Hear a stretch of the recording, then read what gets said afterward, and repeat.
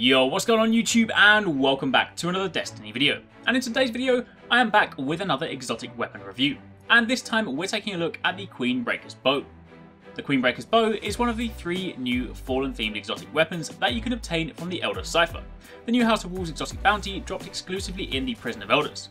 And if you want more information on the cipher itself, I have a video dropping later this week to explain everything you need to know. Now let's talk about the weapon itself. First of all, you may recognise the design. This is the same design as the wire rifles that the Fallen Vandals use, the pesky snipers that always seem to one-shot you in the Nightfall. However, now that we actually get to use it for ourselves, is it actually as good as we'd hoped? And is it like we've just pried the gun from the cold dead hands of a Fallen Vandal, or has it got somewhat lost in translation?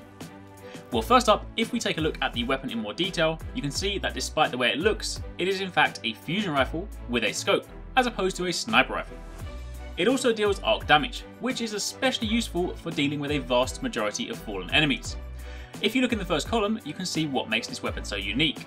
It has 2 scopes or sights for you to choose from. The first one is the marksman sights, long range sights with slower charge time, greater damage, and ammo and charge displays. Whereas the second one, combat sights, reads low zoom sights with faster charge time and an ability energy display. So if we quickly switch over to an in-game comparison, you can see side by side how these sights affect charge time. On the left are the long range marksman sights, and on the right are the close range combat sights. The combat sights result in faster charge time, as you can clearly see. The other unique thing about this weapon is that both of these sights are joined together. While using one, you can still see the other, which just adds to the exotic look and feel of the weapon. Now quickly jumping back to take a look at the remaining perks, you can see under the next column you have hip fire, which grants the weapon bonus accuracy while firing from the hip. You then have a choice between single point sling to move quicker while aiming and switch weapons faster, flared magwell, which allows you to reload the weapon faster, or send it for increased range and accuracy, and that's the one I'm using here. Then in the final column you have hidden hand, which gives the weapon better target acquisition, and when you finally unlock this perk you genuinely do notice the difference. So with all the information out of the way, how does this weapon actually perform? And given the opportunity and an Elder Cipher, would I recommend picking this up over the other alternatives? First of all, this is, as stated, a fusion rifle with a sniper scope, meaning it's a fusion sniper. And as cool as that may sound, it's really not that great.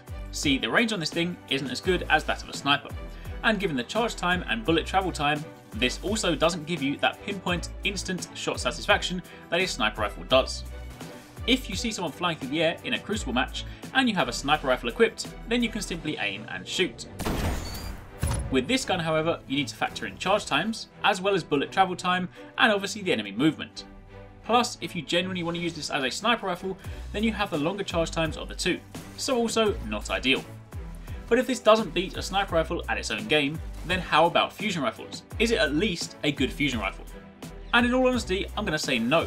Sure, you have the hipfire perk, and when paired with the combat sights, it's decent at close range. But if you want to use it as a fusion rifle, I'd honestly just recommend picking up a regular legendary fusion rifle and then use your exotic slot for something else. However, despite the fact that it seems like I'm being overly harsh, this isn't actually a bad weapon. It's just not great either.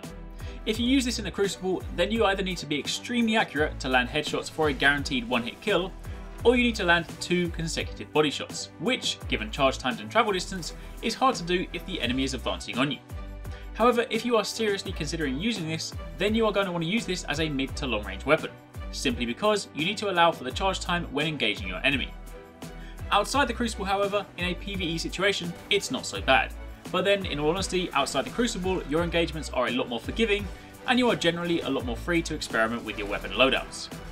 As mentioned, this does deal arc damage, so it is great for a lot of fallen encounters, and will obviously be useful in the Prison of Elders, which, as mentioned in a few other exotic reviews, is honestly what I thought a lot of these new exotics were designed for, both armour and weapons.